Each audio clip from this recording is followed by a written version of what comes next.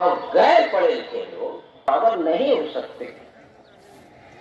العلم نور، علم نور ہے، نور۔ دوستو، اب میں آخر میں یہی کہوں گا، اللہ کا واسطہ دے کر یہ کہوں گا، جو کسی بھی مدرسے میں پڑھائیے، کسی بھی اسکول میں پڑھائیے، اپنے بچوں کے لیے فاقہ کرنے کی اگر آپ کو ضرورت ہے تو آپ فاقہ بھی کریے، مگر بچوں کو تعلیم سے یہ میری درخواست ہے، آپ سے ونتی ہے کہ آپ اگر اپنے بچوں کو تعلیم سے آراستہ کیے، آپ کا خاندان اور آپ خود بھی محفوظ رہیں گے، آپ کا کاروبار بھی محفوظ رہے گا۔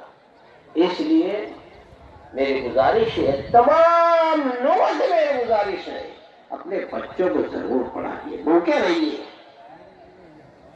تہوار پہ 3 جوڑا مت بنائیے، 2 جوڑا بنائیے، ایک ہی جوڑا بنائیے۔ بچوں کو تعلیم سے آراستہ کیجیے، بھوکے رہیے، سب کام 2 نمبر پہ چھوڑ دیجیے، لیکن بچوں کو جب تک ایک بچہ جو ہے قرآن اس کو پڑھنا نہیں آئے گا تو اس کو نماز کیسے پڑھنی آئے گی؟ اس کو مسئلے نہیں معلوم ہے تو وہ مسئلے کے اوپر، قرآن کے اوپر جو ہے عمل کیسے کیا کرے گا؟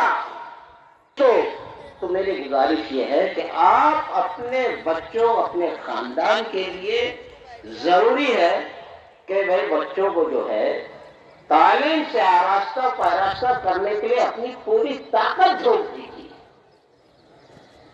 میں مولانا جمیل الرحمان صاحب سے گزارش کر رہا ہوں